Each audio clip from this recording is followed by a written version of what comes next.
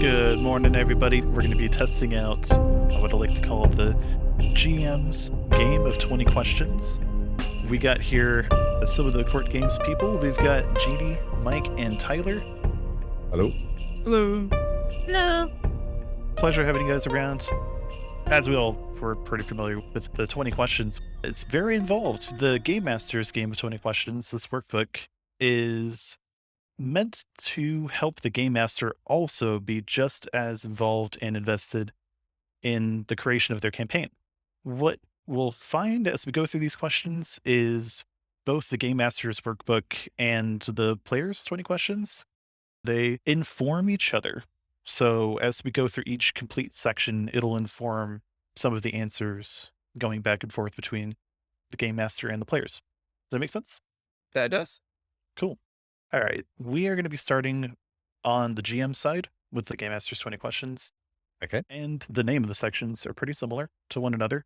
For instance, my part 1 is core identity, which is also the same as the player's 20 questions. And the core identity for the Game Master's 20 questions is meant to flesh out what in the world are we even playing? What's the concept of this adventure that we're going to be playing together?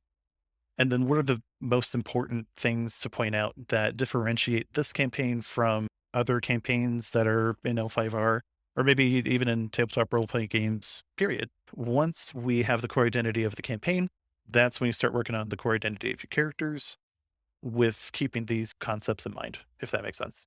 And I'm actually going to be posting some plot hooks that I have. It was another forgotten spirit. The Shugenja of the Scorpion clan has called in favors to have a group of samurai escort her on a journey into the wilderness east of Biden Pass to track down a powerful Nemuranai. The journey is arduous, climbing up the spine of the world mountains, crossing the Lake of Sorrows, devastated battlefields, and a lost shrine containing a forgotten spirit. Kind of Indiana Jones-ish. That's my Yeah. The sounds of that one myself. I'm leaning towards the Path of Waves one. Okay. And then the Celestial Realms one. Amazing. That sounds like we got a winner. Everybody likes the Celestial Realms one? Yeah. I like it. Cool. Yeah, I like it. I like Path of Waves second, but yeah. All right. With this concept, talking about Celestial Realm, part of question 1 is going to ask, what does the daily life of the PCs look like in this kind of campaign? For this, I imagine it's going to be a lot of survival, using your expertise to learn how to feed everybody and find fresh water, effectively keep bears away or whatever is out there. And since this is a spiritual trek, our Shugenja are going to be important here. And some of the battlefields, like that brings images of Toshigoku to mind, maybe some taint from that realm. And the scope of the story, this is very zoomed in. This is going to be focused more on your individual journey here and what you find out there, what the actual magical weapon is, or item. I don't know if it's a weapon or not. We'll have to figure that out together. And it's not like the fate of the whole world is in the balance, at least initially. The tone, I think that's up to us, but I feel like maybe this is less on the silly side, at least. It seems a bit more serious. Injury and death may be on the line. Not sure what other kind of tones to bring up in this kind of situation. Definitely, like, I have the big feeling of the wilderness survival, taking more of the courtly samurai out of their comfort zone. Yeah, like a fish out of water kind of situation. Mhm. So that's initial concept. Next is going to be, what are 6 different things that separate this campaign or this story from what you might experience typically in 5R or typically in a tabletop role-playing game? Things that your players wouldn't generally expect. And we can work on that together. If you're looking for suggestions, one that just came to mind is that there is a rival group also going and hunting down that same artifact, going along the same lines of Indiana Jones. Yeah, I really like that. The spiritual matters are very subtle until like the end when they're blatantly obvious. Where our terribly practical characters have to deal with this nonsense that is completely outside their wheelhouse. I like that. Yeah, we are Path of Waves characters in a Celestial Realms adventure. Exactly. As long as we're all these people that this Scorpion Shigenja would logically hire. And I think Yeah. that'll make I think the Scorpion have a history, and Mhm. there's rumors even on top of that, that they Yeah. might not be the most trusted individuals to take up a job like this. Cool. I like it so far. We still have 2 more slots for truths. Maybe the wilderness is broadly undersurveyed and it's easy to get lost. Okay. And we can axe that for something else if that's not quite informative to your character selections down the line here. One more. If you said Indiana Jones, so I'm gonna use it. The artifact itself is somewhat known as Ooh, being okay. of great spiritual or great significance. So if one of us did make a scholar, we would know about it. Or even as Ronin, we have a chance of knowing something about it. Yep. I really like that. Mm. So that's going to satisfy questions 2 and 3 and also the rest of part 1 core identity. And that means you guys are cleared to start on your core identity for your 20 questions. I'm moving into my part 2 PC concepts. So, Mike, you're playing a Scouty fighting Ronin. Yep, Scouty Hunter. So probably not your best frontline fighter, but You're thinking of the bow and arrow Ronin class or school? Something like that, maybe. I'm thinking of Treasure Hunter. That would be a pretty talky one, but treasure hunters are better courtiers. They are Fushi, but still, they would be running in this vein. True. So I went a little interesting on mine.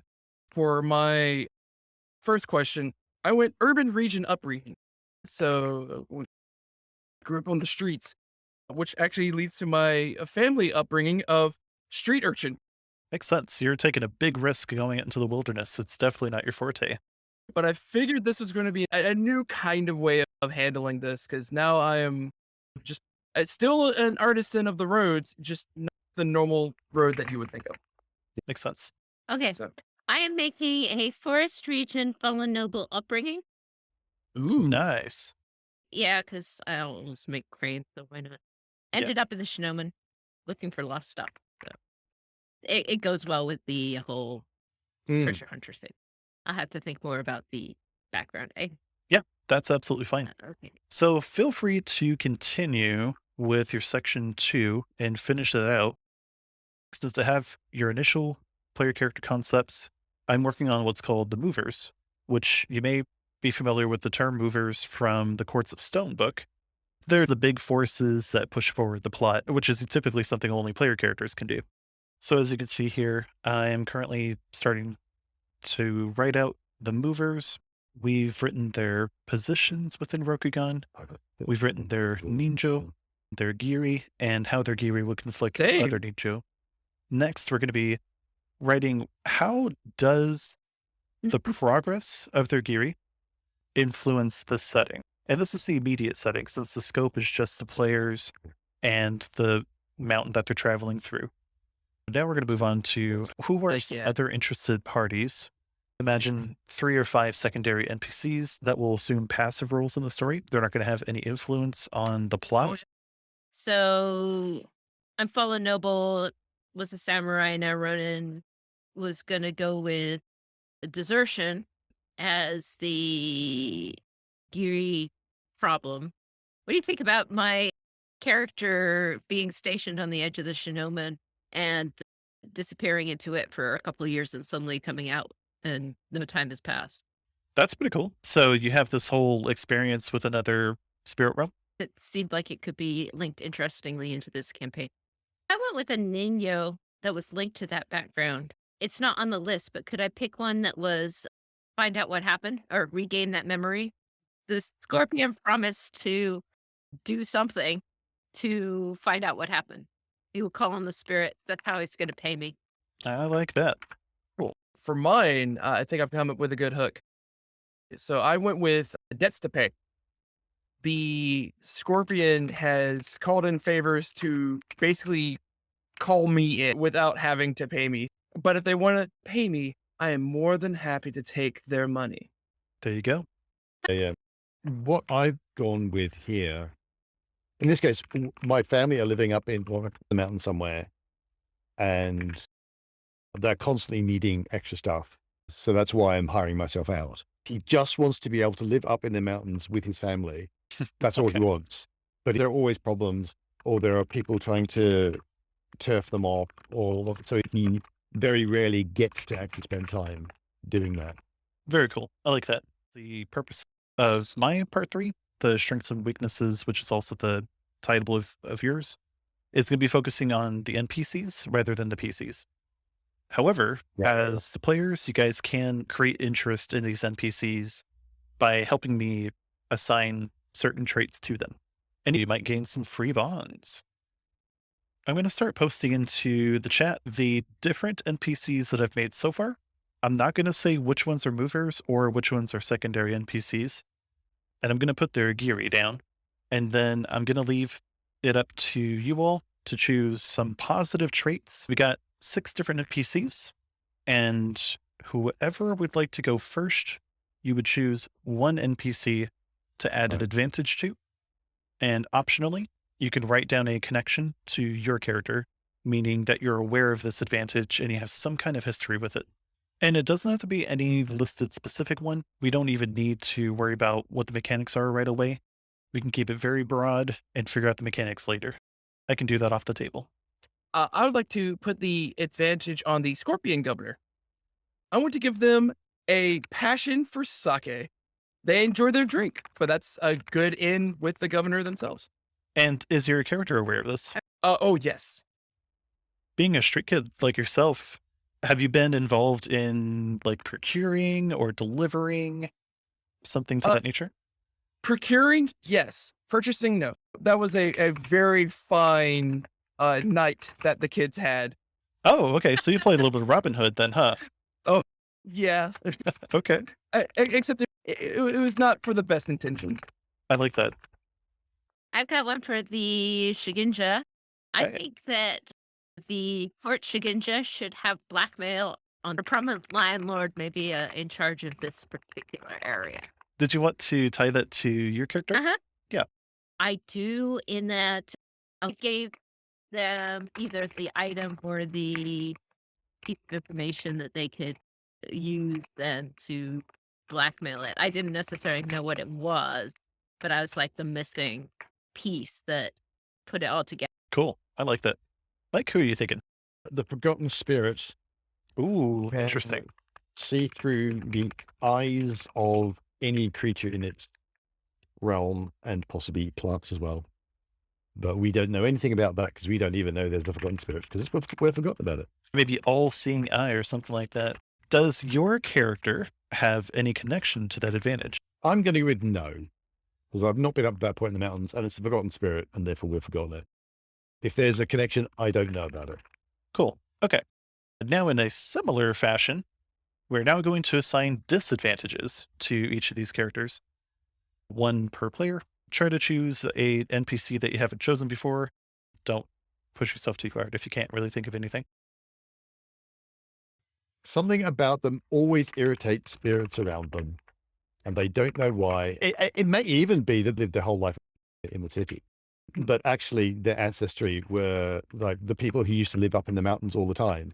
So the spirits really love him and they think he's amazing and it's great that he's back, but they just don't know how to communicate. So it's just loads of annoying things that's showing up and bugging him. Oh, the Acolyte is annoyed by All the this. spirits to be around them. And it may be actually end up being positive or may end up being a negative thing. Interesting. Did you want your character to have any history or tie to that? If we're going with the spirits really like them because actually their ancestry used to be all living up the mountains and they actually are attuned with the mountains, they just don't realize it. This person could actually end up being part of my family in a sense, although they're part of whatever group I used to be, my family's part of. Ooh. But again, it's something he wouldn't know just now. It's something that would eventually come to light. So we're thinking distant cousin. Yeah, my family are the last remnants of some people who always used to live up the mountains not long ago, and so is the spiritual acolyte. It's just that they moved. So yeah, distant cousin would be. I like that a lot. So my idea for the mercenary boss is that the mercenary boss has an incurable illness. Ooh, okay. And so that they look fine, but they're actually like desperately hunting for a cure or to make sure things get set up for their people after they pass away or something like that. It could go either way. Either they're trying to search for a cure for themselves or they're trying to get their band of people set up for life because they know they're going to die soon.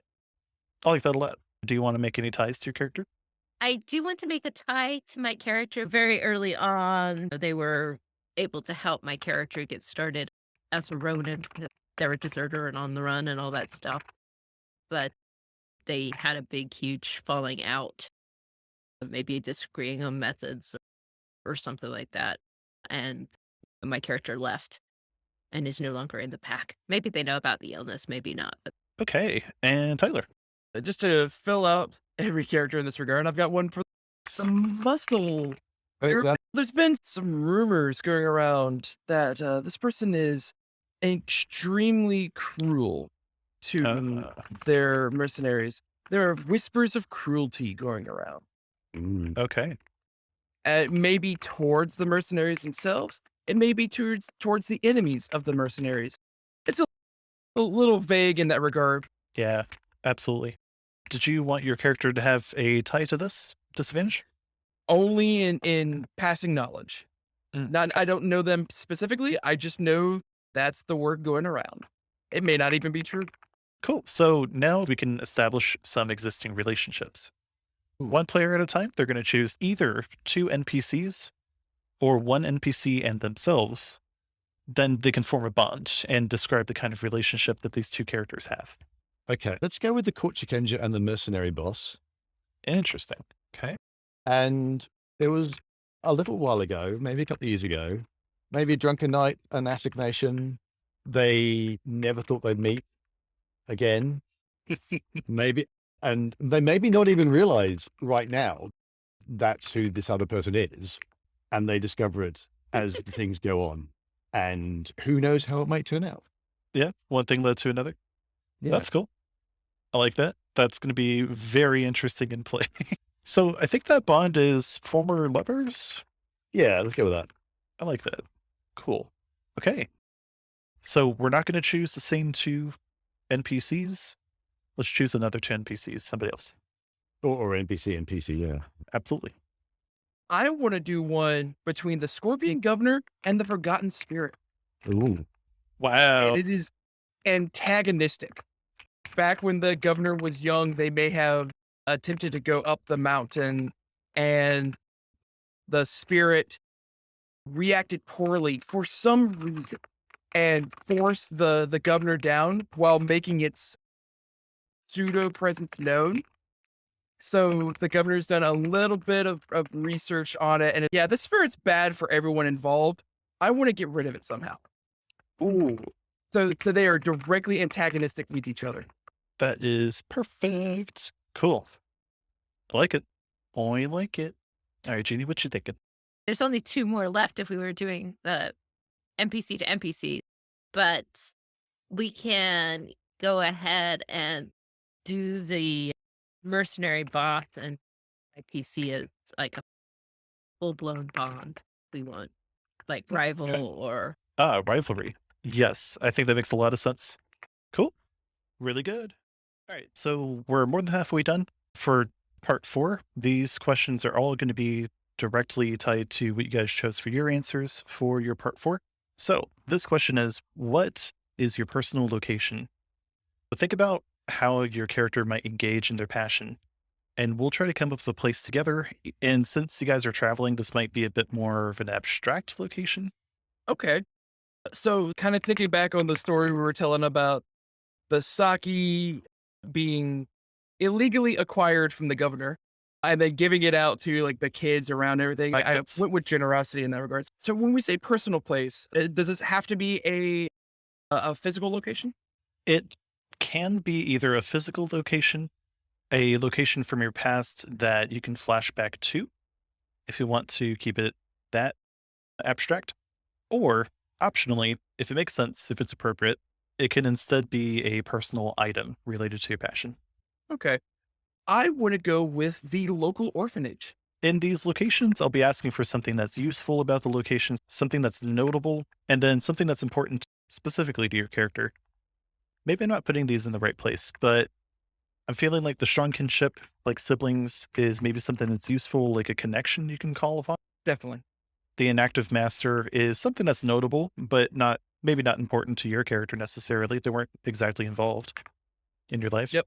And maybe an important detail. Is there something that is up here that I'm missing, or maybe something you want to add? An important detail because the headmaster is looking at this as a duty, as a burden, and this is where Bushido gets you, is Ooh. nowhere in life. Because my character rejects Bushido completely. So this is where Bushido gets you, is not caring for kids. Okay, fine. I see where this goes. I like that. So the intention behind these three details is something that's useful. Yeah, if you happen to visit this orphanage in person, that means that you have some things you could tie on. Or if you run across somebody who's from this orphanage somewhere in the mountains, that's the obvious get. But it could also mean when you think back to what you've learned from your siblings, perhaps that could be applicable for relieving stress or something. The notable detail about how inactive the master of the orphanage is, maybe that lights a fire under you at some point, or maybe it can remind you how despicable somebody is when you're about to face them down. These can be used in a wide number of ways when you're especially doing flashbacks. What's to go next for giving a personal location? I mean, the obvious one is where my family live. Yes.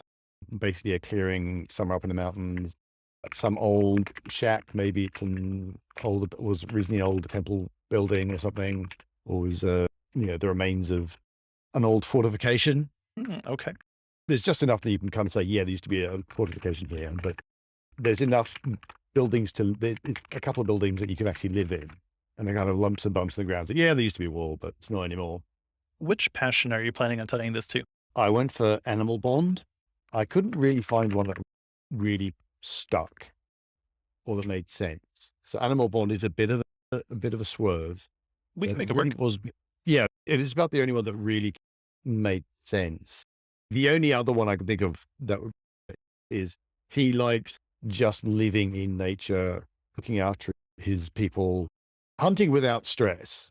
It's not, Yeah. and I don't, we're okay, but it's time to go do some foraging and do some hunting and stuff like that. Okay. So perhaps an important detail is this taught you the hardships of trying to survive. Yeah. And it's become his responsibility, which possibly he had to take on when he was a little too young due to Yeah. circumstances. Or maybe that's a useful detail. But you can tell me. Notable detail? Oh, let's go with it. It was very clearly this used to be an important fortification once upon a time. Yeah, cool. I like that. And then, depending if you want to add a useful detail or important detail, I can't think of anything off the top of my head. we can say the useful detail is maybe something that was left behind. Okay. So, Jeannie. All right. I took as my passion playfulness. They're pretty good at coming up with the sarcastic comebacks, Mhm. and maybe they have a sake house or something where they are well liked. And what's a useful detail? Useful detail is that people from that bar trust you. Notable detail, If you want the best onigiri in town, to go to this sake house. I like it. And what is most important to your character about this sake house? Just as what with a useful detail. The useful detail is it's full of Ronin who'd be willing to throw down if you wanted. The most Yes. important detail is that they actually can trust my character. Okay. Yeah. That they know them and they don't necessarily think that my character is a reputation or something. Interesting. Okay. Cool. Those are some good locations. Next, we're going to talk about mentors. So this would be your question. Who have you learned from most in life? Like I went for a simple one. My dad, who was the previous kind of person in charge of my little group. Awesome. In this one, the mentor is aware of one of your advantages or disadvantages. Your choice. My father is not currently with us, if that's important to this next series of questions. Which is why my character is currently the one who is responsible. So he's aware of one of my advantages, he says. Either advantage or disadvantage. Probably knows all of them. Honestly. Terrible. Doubt. Since you're under the impression that your father knows about all of your disadvantages, maybe what's one that he really focused on? If it was disadvantages, it would be bullheaded. That would be the ones that we've had. And what would be an advantage or disadvantage that you would like to give to your father? One that your character is aware of. Wisdom, I think, would be the obvious one. I don't know what that will translate into. Yeah, I think seasoned is the advantage that's in. That is the official one, yeah. I like that. How does your character feel about your father being this seasoned? I was about to say veteran, but that might not be the right word. Yeah. Yeah, this is love and respect and a feeling that he'll never live up to it. Ooh, that's harsh. That's hard. Yeah, this is, it would be, it's not because like his father's saying that, it's because his father's not there. And now he's having to take on that role and he doesn't feel that he can. Or he was worried that he can't. I like it. The other questions might be answered already for this. Their relevancy in your life. So maybe they were deeply involved in your life before, but Yeah, now they passed on. Absolutely. Yeah. The ease of contact of this individual, they've passed Quite on, but do you Quite pray to them? difficult. I don't think it's a formal ancestor worship thing. No. Okay. That's no problem. What was your father most known for? Being a wise man of the mountains, Nice. Okay. as in someone who can really survive and live well and that sort of thing in the mountains. Yeah, not as in someone you climb up to the top of the hill and ask for wisdom, but the person who really knows how to live up here and thrive and live a good life. So you mentioned that people don't necessarily go up there to ask for his wisdom, but No, we're up in the middle of nowhere. Was there any influence or notoriety for the locals of the mountain or around the mountain? I think that possibly would be known, like every so often they come down with stuff that's been hunted and trapped or foraged or made. And so there will be the occasional trading trips. I like that. His father would have been known for the person who can get stuff from the mountains, guide people. He was one of the known guides through the mountains. How does your father see you or have seen? Or I've seen, yeah, it was one day, this will be your role, my son, and I will do everything I can to make sure you're prepared for it. Only it all went a bit horribly wrong. And Yeah. he never got to that stage. all right. And then Tyler or Jeannie? So my character who they learned most from was a local beggar, quote unquote beggar, who was a scorpion actor looking to build up a spy network. Okay. They attempted to hook the character in by getting them addicted to opium. Oh. They partially succeeded, but the actor was recalled away from the local territory. So they just left the character with the addiction and nothing else to sustain them with. What is an advantage or disadvantage that you were going to give the spy? Is it like well connected or something? Oh, yeah. Okay. How does your character feel about this advantage for this individual? Oh, it's poorly. Talk to me about it. This is what this guy goes around, or this person, I'll say that this person goes around and does this to just innocent people, gets them hooked on this substance and leaves them that way for life. That's a real bad thing to do. What's the relevancy of the scorpion in your life? Outside of this major turnaround, not terribly too much. They did teach them how to defend themselves and how to sneak around a little bit more.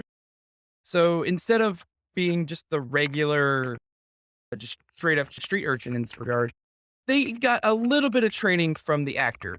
In this case, a little bit of how to use the knife, how to present yourself in a proper way to other potential clients or victims, and how to listen out for certain important things that might be called upon to turn it over.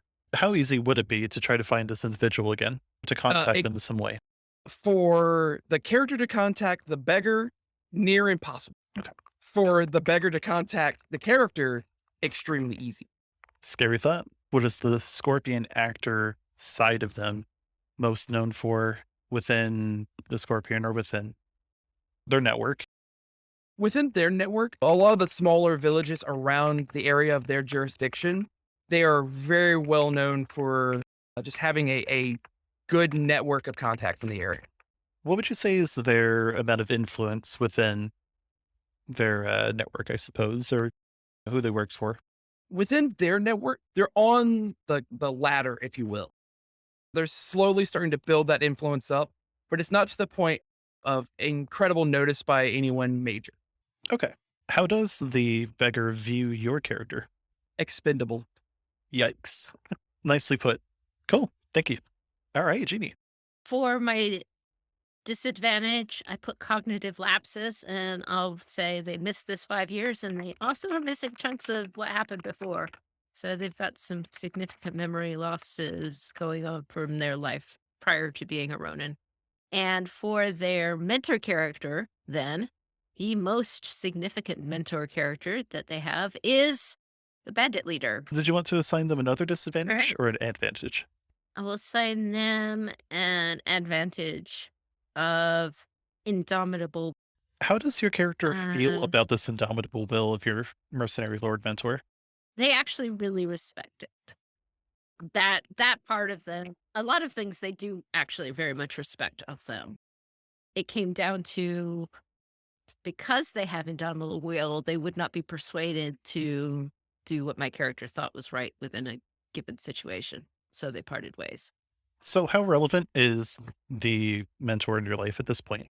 It's not too relevant. They have their people, and Yes. I'm not gonna hang out with their people. They're not actively hunting out my character, and my character's not hunting out them. But if they ran into each other again, they would probably stop long enough to have words before fighting again. How easy would it be to contact the mercenary lord at this point?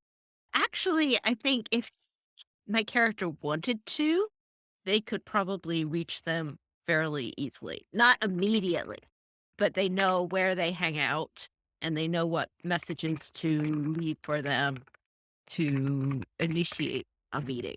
What does this region think about them? Have they even made a name for themselves? What do their fellow mercenaries think about them? I, th- I think they've made a name for themselves. They have a reputation for doing what they are agree to do, no matter Uh, what and no matter the cost on the way. If they are told to clear an area of land of people and they can't scare them off, they will have no qualms whatsoever about killing everybody there. and how much influence does this mercenary lord have? They're still a Ronin, Yeah. but they've got people who report to them. They've got a reputation of always getting the job done.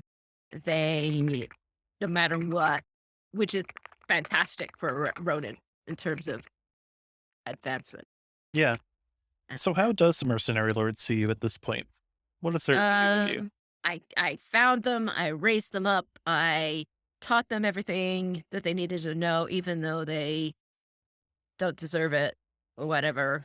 And they just didn't have the guts to Ooh, do what they had to do. And they bailed on me again, going in for the double desertion there. Cause I was thinking about giving them the anxiety battle trauma, interesting. being this is a character who flinches before a fight. Cool. Now, I want to move on to question 14. Who is the character closest with? It can be another player character or a non player character. The spiritual acolyte. Ooh, okay. My adversity is Momoku. My character goes to the advisor to be like, hey, there's something wrong here, and I don't know what it is. Can you take a look?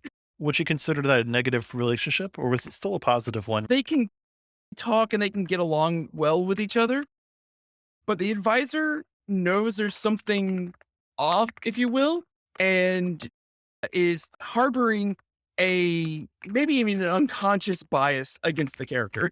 It's definitely negative, but there's a veneer of a positive attitude between the both of them. And what advantage or disadvantage would you like to give the acolyte? Let's give them an advantage to kind of balance things out. Ebisu's blessing. They have that sense of trust with a lot of people, which is one of the reasons why this character went to them. I like it. Absolutely. Cool. And then Jeannie or Mike? Maybe they have lover who is related to child of the owners of the Saki house. Okay. Would you say that relationship has been positive or negative? Positive. I've got a big negative relationship, but it's not Right. that deep. It's not the same in like the bond with the mercenary captain. More complicated, but also deeper. There's a certain aspect of I'll probably have to move on from here at some point because I'm a Ronin. What advantage or disadvantage of yours is this lover aware of? This lover, unlike many, is aware of my character's memory lapses. What is It's an yeah. advantage or disadvantage you'd like to give this character? Give them an advantage of a subtle observer. They are very good at noticing the people who come and go Yeah. into the sake house or into town. They know all the gossip Yes. around, and they're just a really good kind of being aware of people and what they say and what they don't say because of that background. Very good. Thank you. All right, Mike. I'm going to go with little sister. Okay. All right. Positive or negative relationship? Positive. Very good. Do you want to put some more context around that? Basically, she's quite a lot younger, so she's still a kid.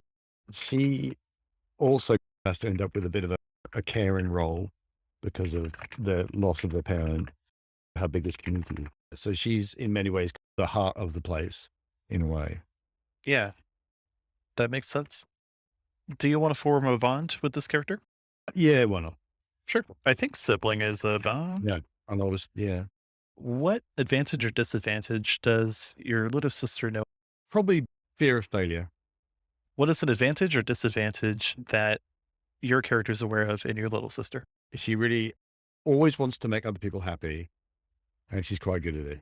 Cool. She's kind-hearted. Yes. Okay. So now what happens for me and the rest of this workbook here is I get to create a strong start. This is typically like a hook, rising action, climax kind of thing, except you sum it up into what's the first scene.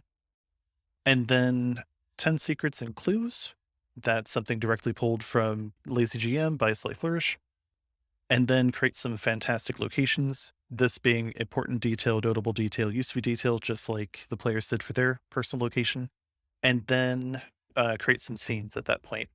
That's all just GM stuff. You don't really need to collaborate with your players on that. There's one last question that I do need the players' help with. This is what excites your players the most.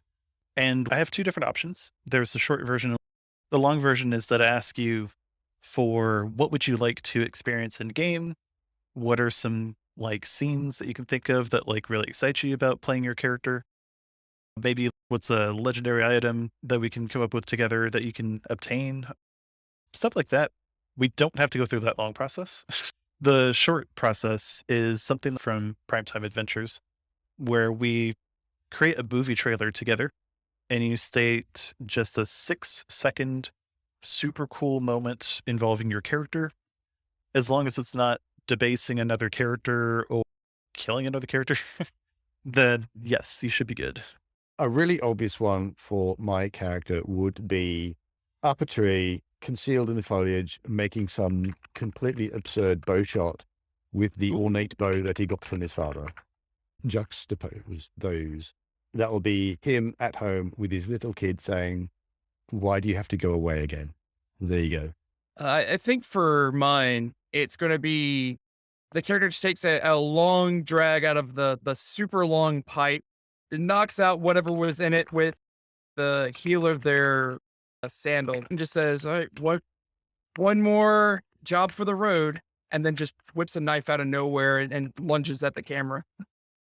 So the one I had was my character meeting a couple of Ronin outside of a coffee house and them yelling at my character saying, how could you betray us? How could you Ooh. do this to us? My character's just like backing away. And then the question, who are you? Where are you? Where are you from? What happened? Just get a chorus of those questions and then maybe the mysterious fortune teller, like lead Mm. forward.